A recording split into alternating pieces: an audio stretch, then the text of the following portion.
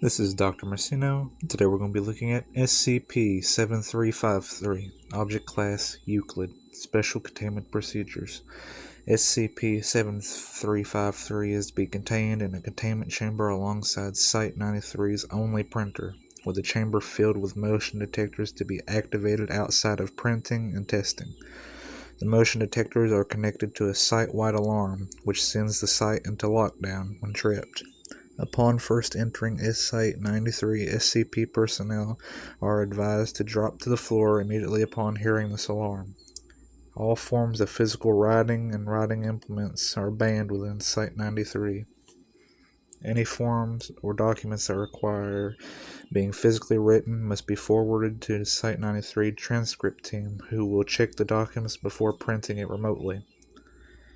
Additionally, Site-93's mail must be processed 1 kilometer away from the main building and checked under the same scrutiny as forms printed within the site, or to be scanned and sent digitally.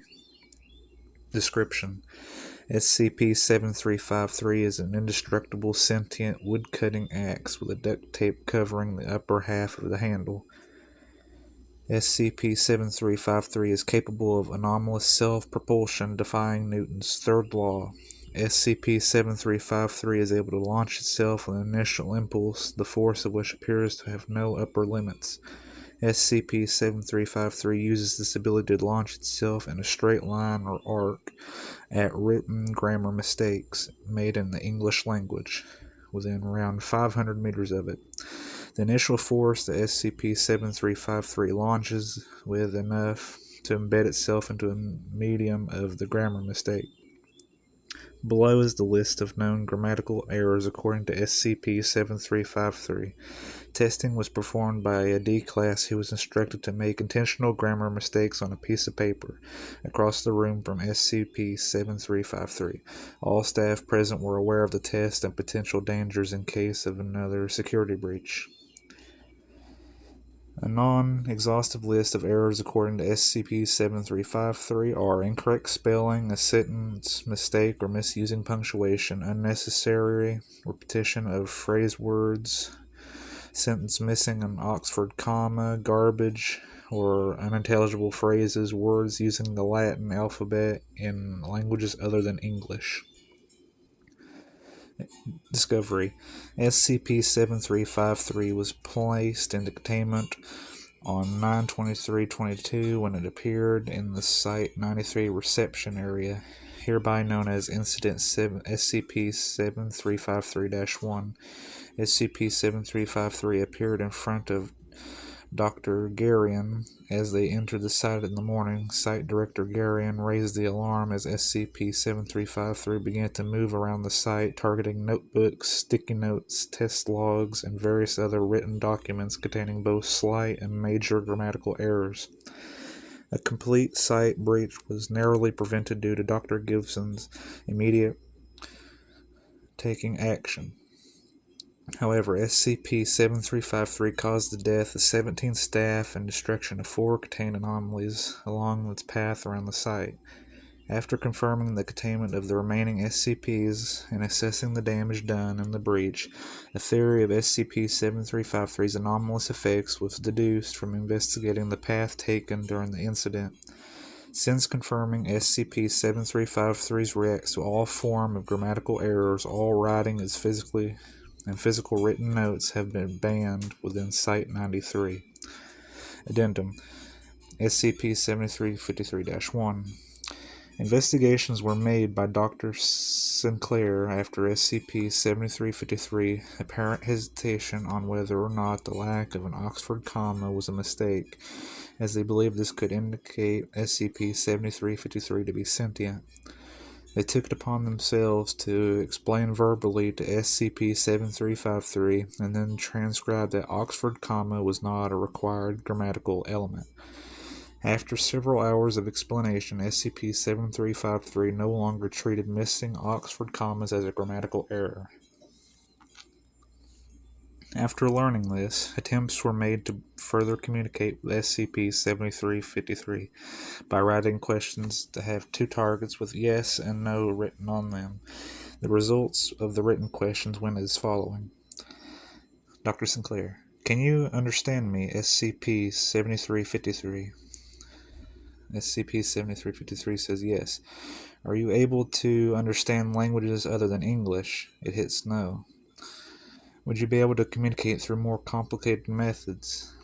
There was a brief pause before SCP-7353 moves again. Yes. Dr. Sinclair requested a containment chamber with large metal targets of letters and numbers connected to a computer terminal to be constructed within Site-93 so that SCP-7353 could communicate in whole sentences. The day after the test chamber was constructed, SCP-7353 was moved to a pedestal in the center of the room, with the letters arranged on the wall to the left and ahead of it. Dr. Sinclair sits on a desk behind them to write questions on paper pad with a camera to record video able to see both walls and of text. Interview Log 2. The interview was written from Dr. Sinclair's side for the sake of SCP-7353's ability to respond. SCP-7353 responds by hitting the targets corresponding to letters which appeared on Sinclair's console. Dr. Sinclair. Okay, SCP-7353, I'm going to hope that this layout works for the sake of communication. Can you confirm you can respond to what I'm writing? SCP-7353 moves from the pedestal towards the letters at speeds ricocheting off of them before falling to the floor. Yes. Are you aware of what you are? An axe. Were you always an axe? How long have you been like this? There was a short pause before SCP-7353 moves again. They made me. Who's they? No response from SCP-7353 for nearly 5 minutes, apart from vibrating occasionally. Dr. Sinclair. A different question then. Do you remember what you were before becoming an axe? Human. Young. Not always nice. Well, nobody's always nice. Do you remember your name? QQ something. Cannot remember. SCP-7353 manages to embed itself into the still target of the R, requiring it to be manually removed by Dr. Sinclair and nearby security staff. The interview is then continued. Well, do you perhaps remember what you did before your job or education? Student. Essay. You were a student studying essay writing, or writing one before you were changed? Writing. Needed help.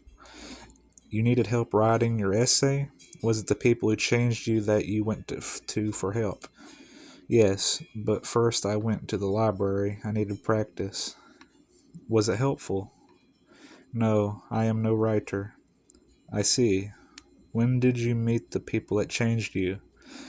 I left the library, but it was not the street. I was in a forest, and no door was behind me. Only trees, big ones, and a cabin with a family ahead of me. What do you remember about this family? Can you describe them? 3 of them, them. SCP-7353 ricochets between the letters spelling them at an increasing speed for nearly an hour. Testing was concluded for the day due to safety concerns and to fix the damage done to the testing chamber. Incident SCP-7353-2. SCP-7353 breached containment at 8:07 on 12/17/22 and headed through the north wall towards the secondary site entrance, passing through 6 walls on the way. Due to the alarms, most staff were able to avoid serious injury. However, 4 junior researchers in the hall adjacent to SCP-7353's containment obtained injuries ranging from concussion to fractured ribs. SCP-7353 was found embedded into a torso of a logistics team delivery driver who had neglected to inform site staff about a tattoo on their lower back reading, "I ain't dead." The driver was the only casualty of the incident, and SCP-7353 was recontained without further issue. Interview Log 3. Dr. Sinclair. Good morning, SCP-7353. I'd like to talk again about what happened when you were in the forest. You don't have to describe those people, just tell me what happened. Can you do that? Yes, I said that I was studying, left the library and was there, and asked for help. How did they respond? They promised to help and took me inside. Then what happened? They offered tea. I could not drink from stress. They looked upset. I felt bad. Now I am glad I upset them. What happened after they brought you inside? They bickered over who would help me. But what was weirder was once they decided to took me outside and said, "We promised to help you, so it is our favor." And then what? Ducking grammar. Dr. Sinclair says, SCP-7353, I am confused as to what you mean. What did they do after promising to help you? Grammar. They tried to teach me grammar. I asked for help, and they helped me with grammar. Not the forest I was stuck in. It felt like years.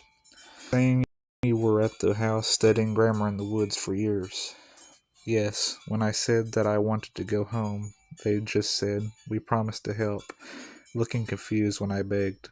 They didn't let me leave, but eventually they did get bored, frustrated, slowly. What happened when they got bored?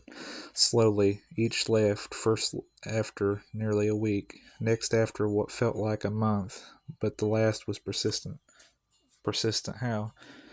Would not leave like others, but grew impatient just as they did. My last memory is them cursing in a way that made my skin crawl. As they walked towards where the other two were cutting wood, I breathed a sigh of relief, thinking they would finally be done with grammar and let me home. Then a warm feeling in my neck, and I blacked out. Is that the last thing you remember? Last thing as a human. So next you woke up as an axe. Then what? They were laughing at me, said, "Now he can be an expert on grammar." So did they get rid of you, keep you? What happened next? They kept me for a long time, laughed at me, used me to cut wood, tortured me for my years of mistakes. I'm sorry to hear that. One more thing before we wrap up. It appears you can't see or hear anything, but you say you could when they transported you. So how did that happen? I lost my sense of taste and touch as soon as I became what I am now. My vision slowly deteriorated over weeks, as did my hearing, but that left much slower. I lost track of time as I didn't feel tired or hungry.